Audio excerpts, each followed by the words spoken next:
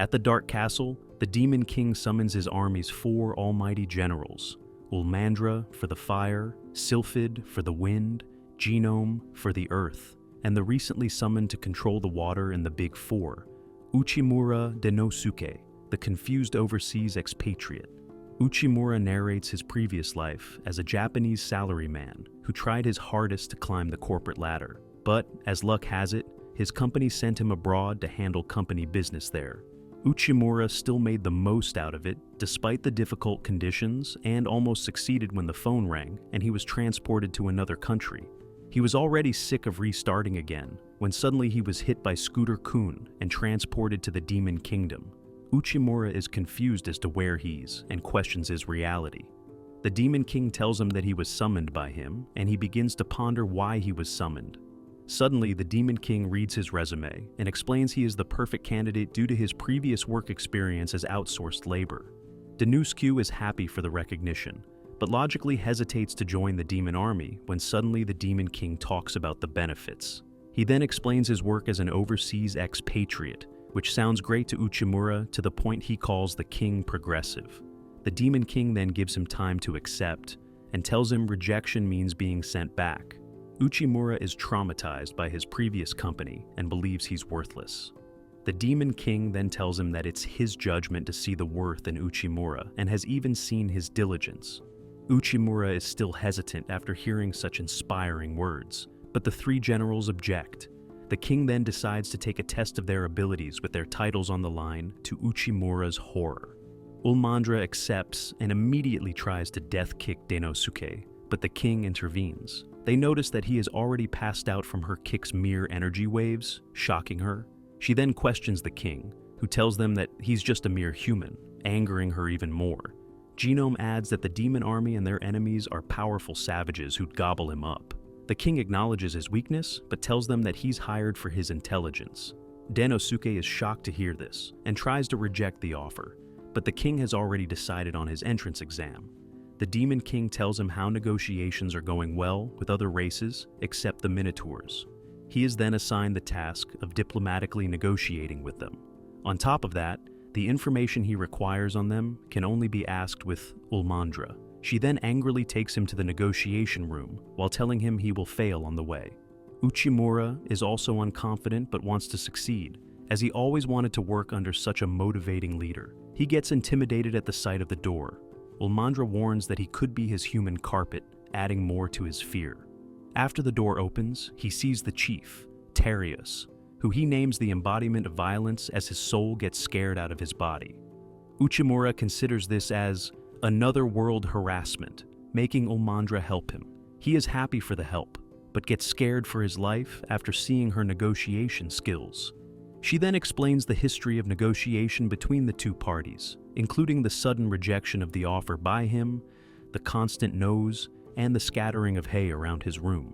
She then blames him for everything and leaves Uchimura to do his task. Denosuke goes to the bar to think of ways to negotiate with an angered Treacherous.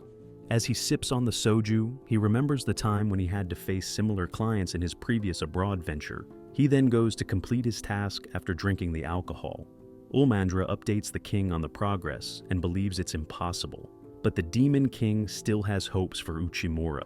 She goes to check up on the negotiation and is surprised to see a confident man as Uchimura gets inside with sacks of hay. The next day, she sees the empty room and believes the talks faltered, only for Uchimura to shock her with the fact that Treacherous is finalizing the merger into the king's army. He then explains to her the cognitive gap, referencing his previous negotiation deals, and tells her how some people just want to debate using their emotions rather than measured logic. He also adds the importance of hay to the Minotaurs. Ulmandra finally realizes her mistakes and admits her fault for failing the negotiations, when suddenly Treacherous tells him that he had some faults as well before shaking her hand.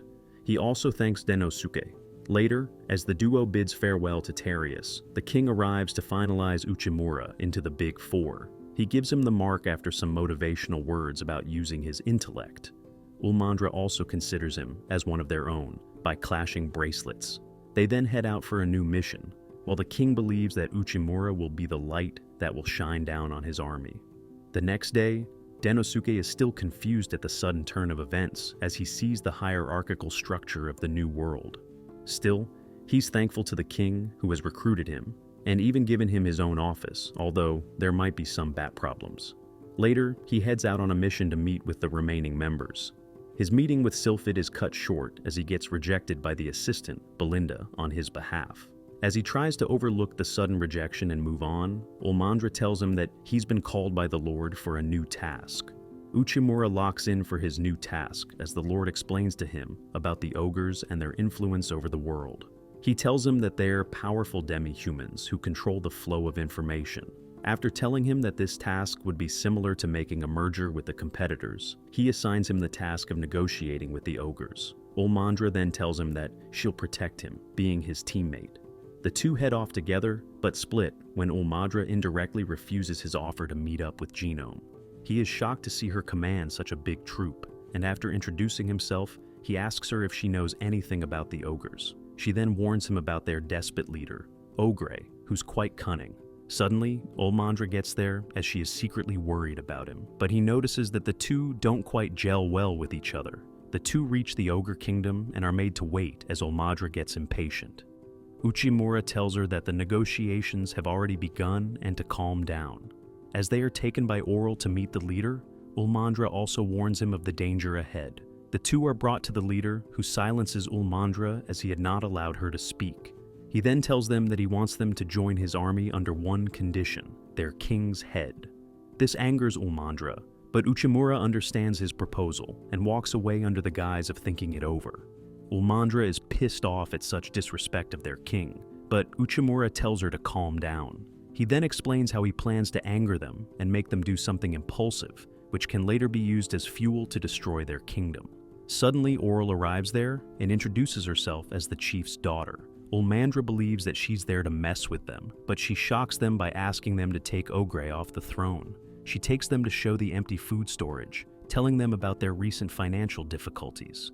Denosuke then talks about the things he saw, like the nicked armor worn by the guards and the dark hallway. He then compares it to a company losing its top spot due to an incompetent leader. She then tells them that her father wouldn't merge, even though it can solve their problems.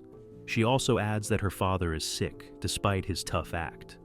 Uchimura then tells her that she is making a mistake by sharing such information, but Oral tells him that her intuition never lies. She says that she trusts him as he's good-natured, before jumping the gun by asking him to marry her and be their patriarch. This pisses off Ulmandra and shocks Denosuke, but before he can say anything, she tries to force herself on him and reasons that marriage is the only way. Ulmandra angrily intervenes and asks for some time to think. He's back at his office to think before heading out to the bar with her. As Ulmandra makes animal references along with the bartender, Uchimura finally thinks of a solution, tying his tie tighter. The next morning, Ulmandra is called by him to go somewhere. She believes he is finally ready to face the ogre chief, but he wants to take her elsewhere first. A week later, they're called by the chief, who is angry at them. Ulmandra then remembers Uchimura's strategy to encircle his tribe by merging other tribes who relied on him first, which worked very well. As Denosuke explains how he used a similar strategy in his previous world, he starts the negotiation. Seeing the ogre chief angry, which he believes is the first step in losing the negotiation, he tells him about how the deals were fair as he used an ogre representation. They then reveal that the representative is his daughter, who reveals herself and tells him why she did such a thing. She then tells him that he's old and the times have changed and asks him to merge. The chief is still hesitant, but Uchimura asks him to ally instead, as it will let him keep his sovereignty. He tells them that he'll think it over, but is more proud that his daughter handled such negotiations. A few days later, Ulmandra comes to Uchimura with the news that the ogres are allying with them. He's glad but is confused about who to pick as his assistant. He thinks of picking her as his partner, which gets her excited but for romantic reasons. Suddenly, Oral gets there to thank him, and he picks her as his partner, angering Ulmandra as she claims he's her rival. Uchimura looks on as the stakes get tougher for him and the Demon King. Some days later, Uchimura is in his office when Oral arrives with the good news of the successful negotiation with the Bearman. She then tells him that he'll be awarded for creating the alliance between the demon army and the ogres, which makes him happy, as he had never been awarded before. Ulmandra gets there with lunch, a very bland porridge made, and wishes to eat some meat. She overhears him and takes him hunting. She then explains their task to exterminate the magical beast that has appeared in the forest and has eaten some orcs. Uchimura ponders that the world, with its bland food and magical beasts, has more problems than he anticipated. Suddenly, Ulmandra exclaims that she has found the mushrooms that the orcs were hunting before the attacks. She tells him that they should wait there for the boar to appear, when suddenly it appears angrily right behind them.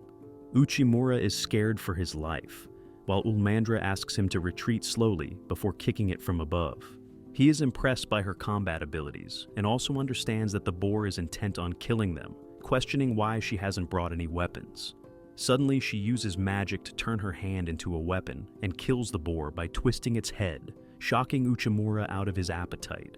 They take the carcass over to the village, where the villagers praise her as well as offer her the leg piece. Uchimura is salivating as she tells him that she'd be grilling the meat, only for her to burn it into charcoal. He then talks about how the juices taste like fuel before critiquing Ulmandra. She also shouts at him by calling him a huge food critic. Being culture shocked, he sees an oven as well as learns about salt. He finally cooks them a great meal, which makes Ulmandra's clothes rip off, and everyone else admires him. He then goes into detail about his cooking process, which impresses them even more. Ulmandra talks about how he could be overtaking her position, but he believes that food and cooking can be used as an indicator of a civilization's progress. She also agrees with him that the nation is very poor, but believes that they must change it. In the evening, the two head back as Ulmandra leads the way with her son. Uchimura then finally understands why Genome and her army were training. He also learns that Sylphid attends the meeting remotely. He questions her stubbornness to not use any weapons, as well as advises her to wear armor, which angers her, as it has hurt her demon pride. She then leaves him behind and flies off. Uchimura is scared and runs after her after hearing unpleasant noises. In the morning, he tells everything that happened to the king, and exclaims that he's not worthy of being in the group. The king then orders him to solve it, not as an interpersonal issue, but as a way to learn more about the world. He heads out to the city to learn more about the world. He observes and finds out that the demons are wilder than other races by wearing revealing dresses. He then drops the prejudice and opens the data book to find out that they do so to flaunt the body they worked on. He finally learns why she got so hurt over a suggestion, but is still thinking about how to make amends. Meanwhile, Oral is chopping some firewood when she is pounced by a saddened Ulmandra, who believes that Uchimura hates her. After hearing her story, Oral explains the difference in their values, especially about the revealing clothes. As Ulmandra bashes her head out of sheer embarrassment, Oral tells her that's how his personality is by telling her about their meeting. Uchimura heads out to the bar to think of a solution, this time with some sake and side dishes. He finally thinks of a solution and rushes to the hall. All the while, Ulmandra does the same. The two finally meet at the fountain and express their feelings. Uchimura finally apologizes and asks her to be his partner, which she believes is a subtle confession, while he is happy to work in harmony. Later, the Demon King rewards him for his achievements with a magic stone, which he presents to Ulmandra. She is embarrassed as Oral explains that such a gesture is equivalent to a marriage proposal, while Ulmandra indirectly wishes that he did it secretly and romantically.